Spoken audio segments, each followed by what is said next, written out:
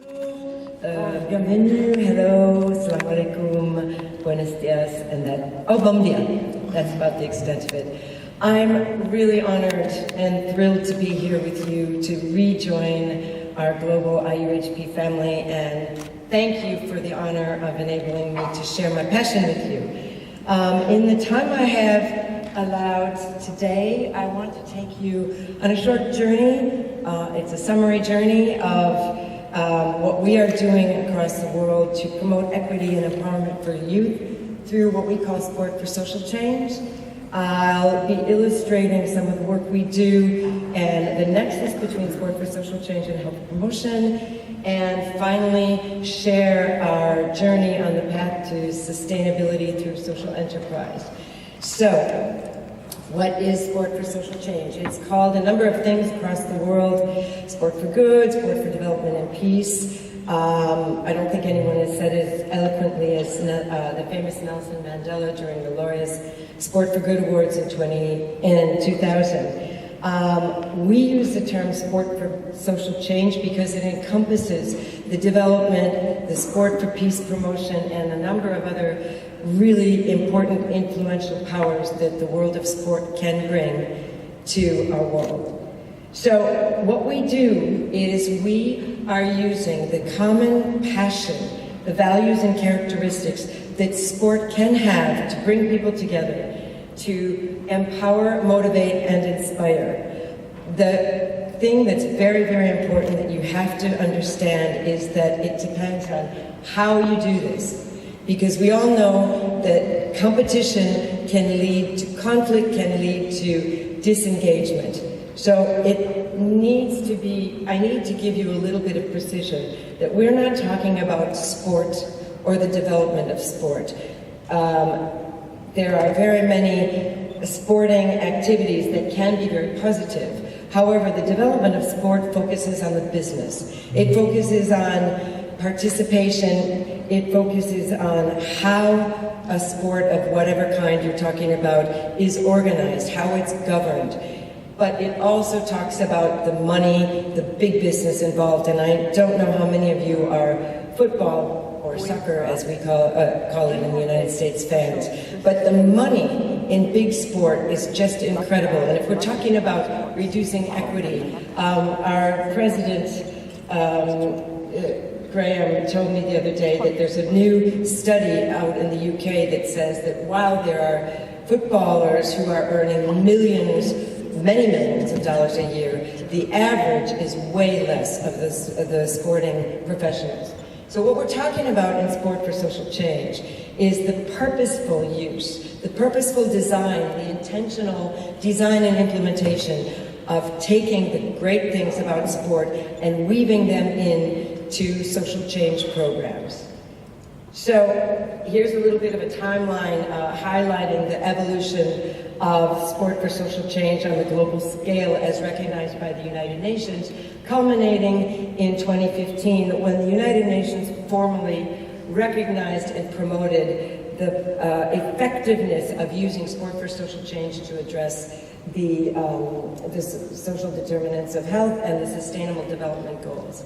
Now, it's really interesting that Fran was mentioning fiscal health promotion yesterday because that ties in very nicely. I didn't have time to add her slides to our SDGs, but I think we should do that. So, what does this have to do with health promotion? Well, everything. If you can see on the slide here, the major foundational theories underpinning the work we do in Sport for Social Change. We're talking about community development. Positive youth development is a big underlying theory that we use to promote Sport for Social Change. All of these can be considered as underpinning theories for macro health promotion. So what does it look like?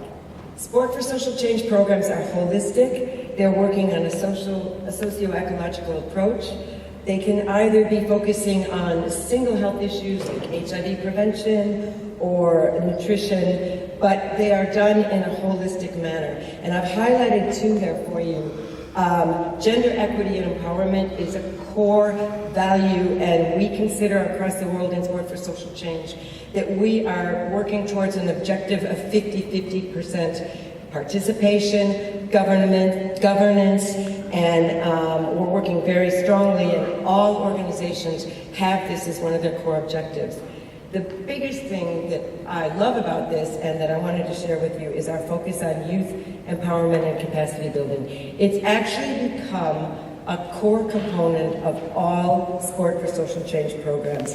What this means is, as we're running our programs, we are also putting in place pathways to training, empowering, and bringing young people from our programs on the journey of enabling them to take over running the programs. And I'll show you a little bit more in a minute about how that works.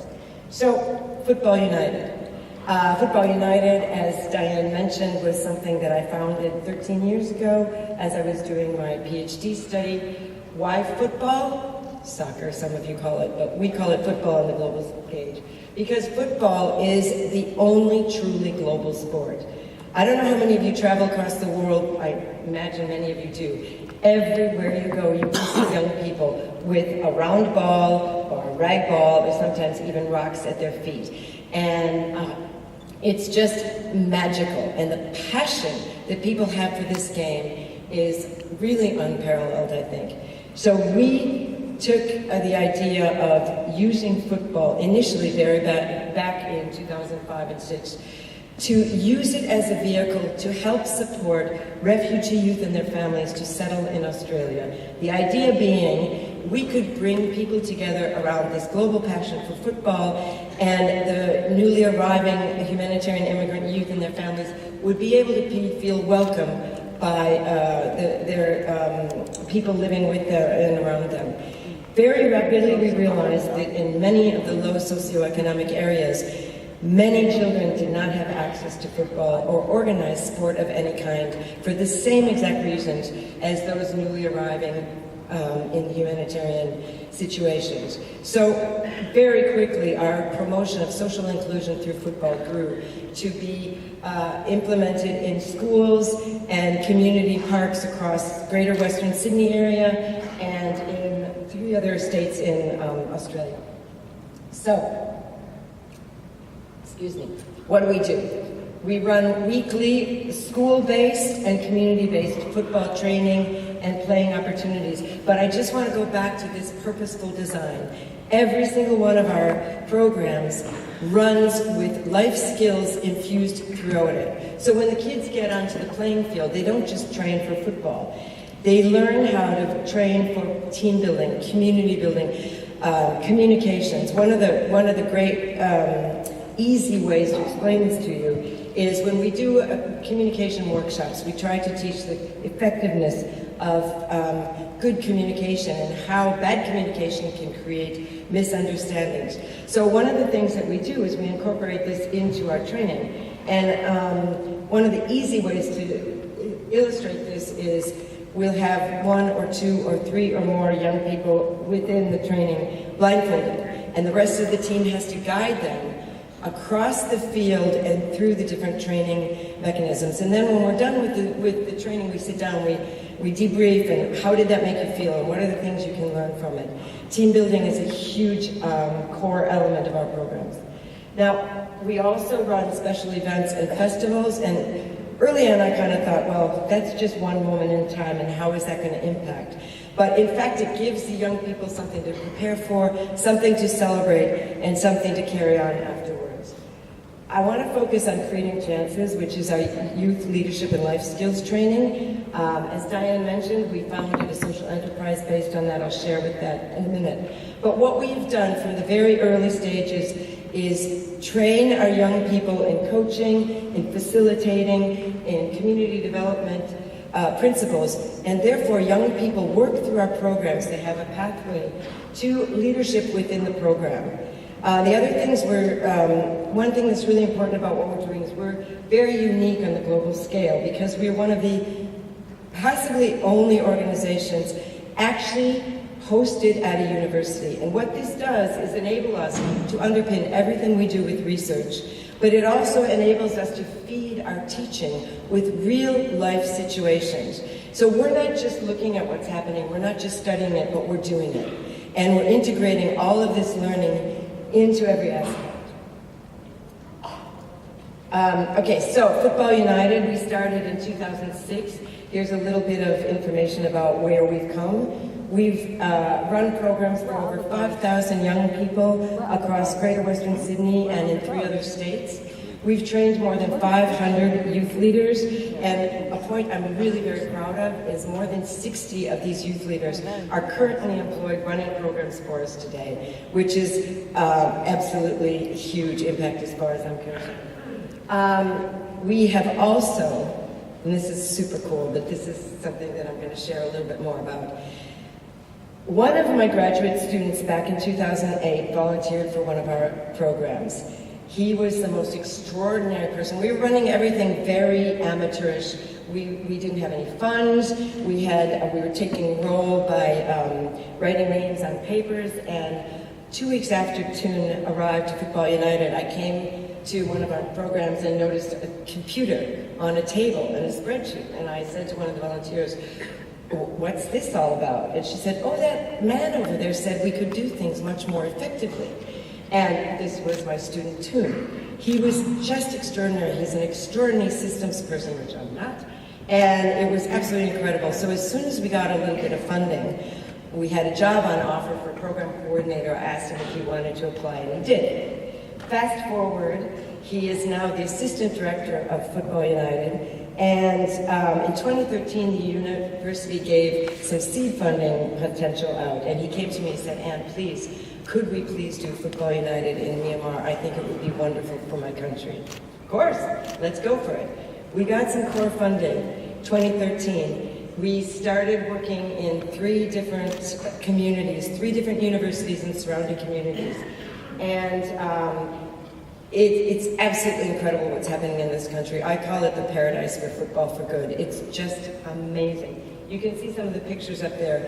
Now, we do many of the same things. We do a lot of advocacy in Myanmar. We do a lot of national and state level forum where people are learning the impact of programs like Football United. This is a bit of a visual of how it's set up, and I wanted to draw your attention to 2 very important things. The first one is our collaboration with the National and Local Red Cross. So I don't know how many of you are familiar with the way Red Cross is set up in many countries. They have a national level. In Myanmar, they also have community level centers in just about every community of a size of more than a couple thousand people. But at the universities, they have youth clubs. And so this structure of how the Red Cross is set up provided us with a wonderful platform to set up and run Football United in partnership with this national and local oriented organization. So young people are offered the chance to be trained as facilitators and community development workers in Sport for Good and Football for Good. And they work hand in hand with professors or teachers from the university and with the communities. So this enables us to have a community outreach from the place where the university is set up, and it's just phenomenal.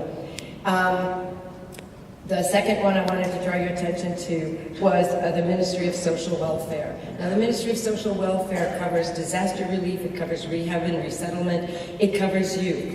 And they have become so enamored with the Football United approach that last year they asked us to set up a national MOU with them and to work with them to weave Football for Good into the national youth strategy. So you can see from these 2 examples, empowering community, capacity building through community, and health promoting policy. It's really a strong influence. So we do spend a significant time looking at measuring our impact. We use quantitative and qualitative measures for each program in each area, but we also have mixed method protocols for bigger picture types of things. You can see this quote by some of the most extraordinary scholars in this area, which shows that on an international scale as well, we've been looking at the impact of sport for social change. So this is a bit of a, I'm not sure if you can see it, overview of some of the long-term and consistent impacts that we've been having. Significant changes among young people in optimism, resilience, positive change in attitude, and you can read the rest. What I would like to do now is there's nothing better than seeing it and hearing it from the people actually involved in the program. So I'm going to stop talking for a couple minutes and let you get a little bit of a bird's eye view of what people involved in the program feel about it.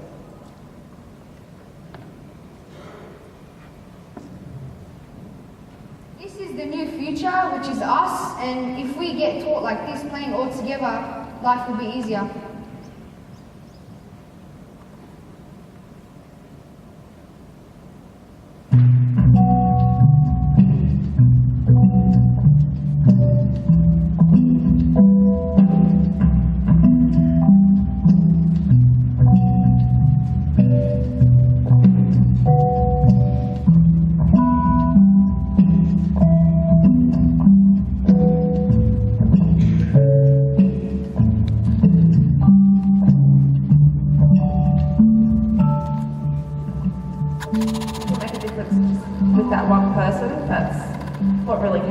It's not about changing the world, it's about helping that one person who needs it. I think that's a fantastic thing about Football United, because while they're doing football, it's all about that social context, social change, and bringing the education side of things to move forward with these students. To provide opportunities for them and to build their capacities to go out into the world and be better youth leaders and to be better people.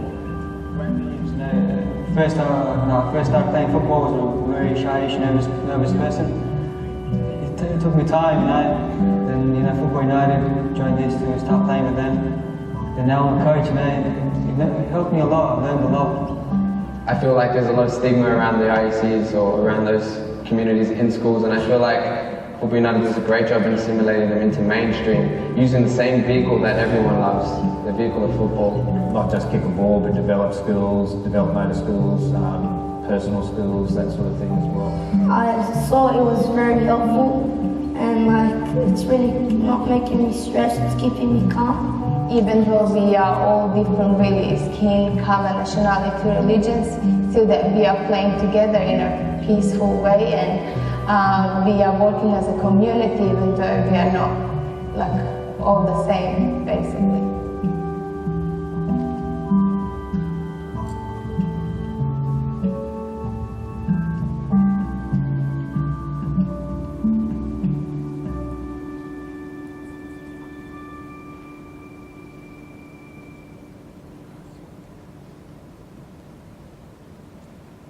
So, this is a little bit of a slide of three big studies that we're working on with my PhD students, and one of the really cool pieces of learning on the Where Are They Now study is that the qualitative interviews of 25 young people involved in Football United between 2009 and 2013.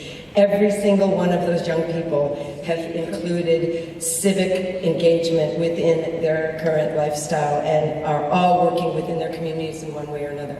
I just want to move on because time is rushing to go into a little bit more about the sustainable funding. So I know all you practitioners out there and many academics were always battling with funding, and in the world of sport for social change, we started to look at social enterprise or social business as an approach to sustainability. So we were inspired by the social business that Professor Yunus has designed many years ago.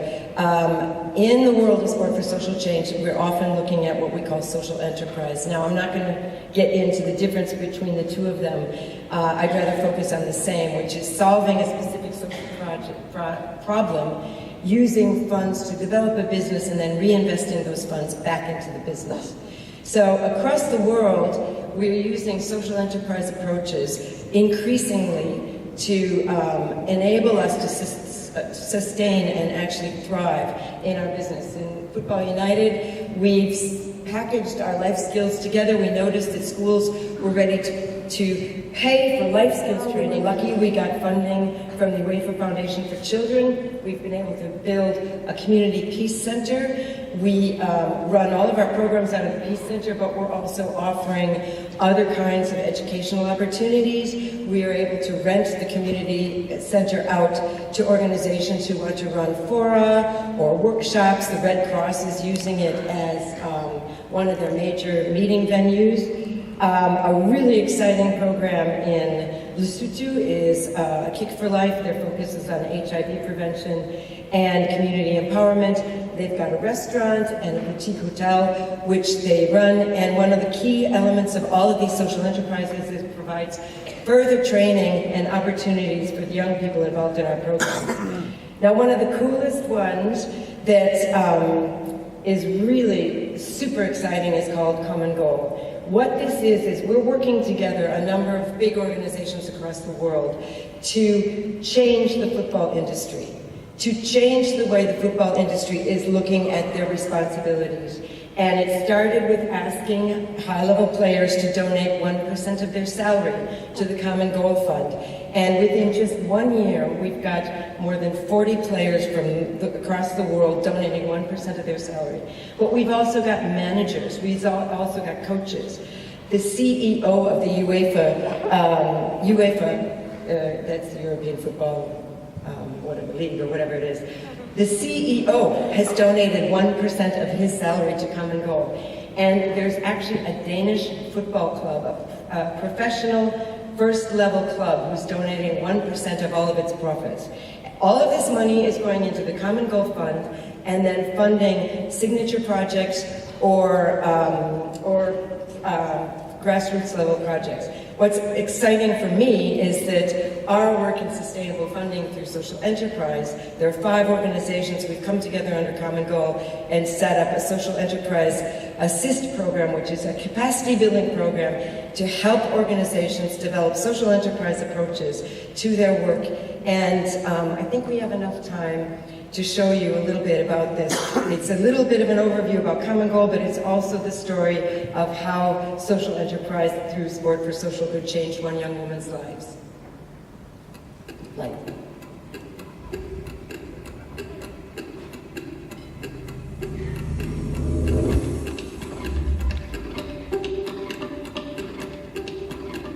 Social enterprise is a concept whereby income is generated but for a good cause. So it's not for the personal profit of an individual or a group of stakeholders, but the profit is used to benefit vulnerable people. Social enterprise is a means by which our organizations can find some financial sustainability beyond needing to depend on grants or corporate giving or other types of philanthropy. Social enterprise is an amazing opportunity for social organizations to get self-sustainable by monetizing the activities that we do best.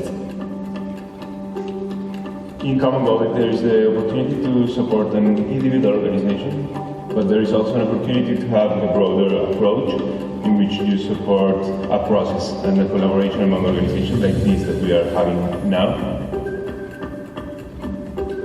Kick for Life was set up in 2006. We use football to sort of engage young people into health and life skills programming and footballing activities.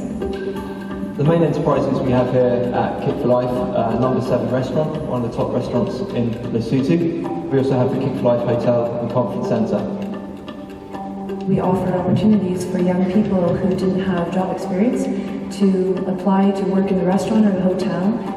So they provided those training opportunities, and then in turn, the profits that were generated are pumped right back into sustaining our operations. I didn't know much about hospitality, but once I got into training, it just came out naturally.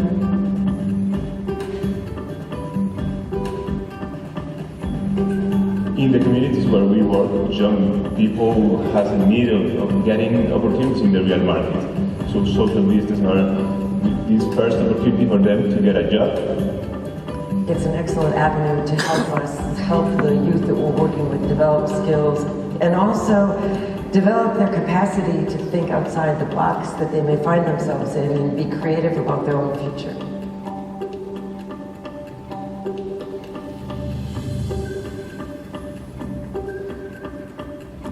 The aim of this workshop is to bring together experts in social enterprise and to get all of their collective knowledge in shaping some resources that we can roll out across the network.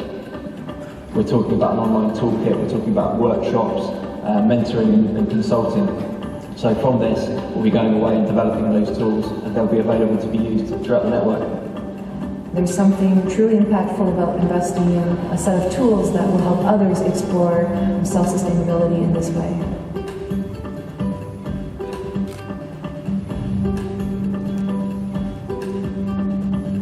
A programme like this social enterprise one will have such a long-lasting impact on football for good organisations. We believe Common Goal is the most important project in our sector and in the football industry for a long time. The 1% is realistic, it's achievable, but collectively it can have an enormous impact on the lives of disadvantaged people across the world.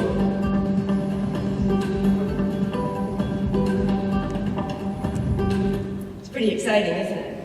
It's that fiscal health promotion like Fran was talking about yesterday.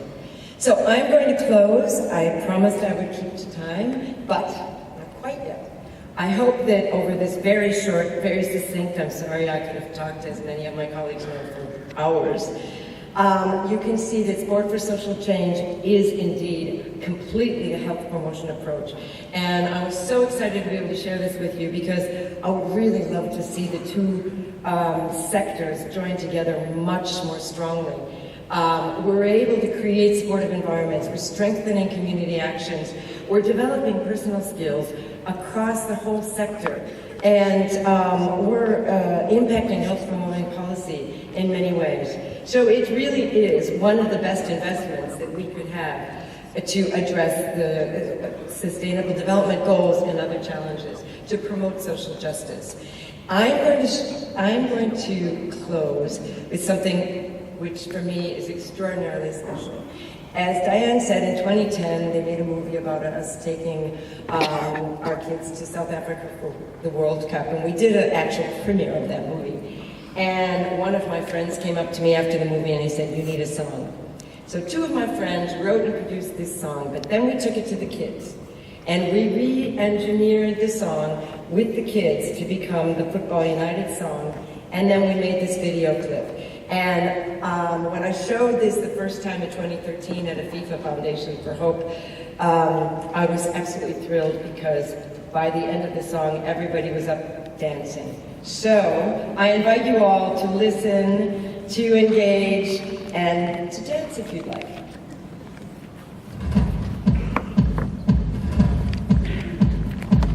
I was a refugee, I came from far away. I found a place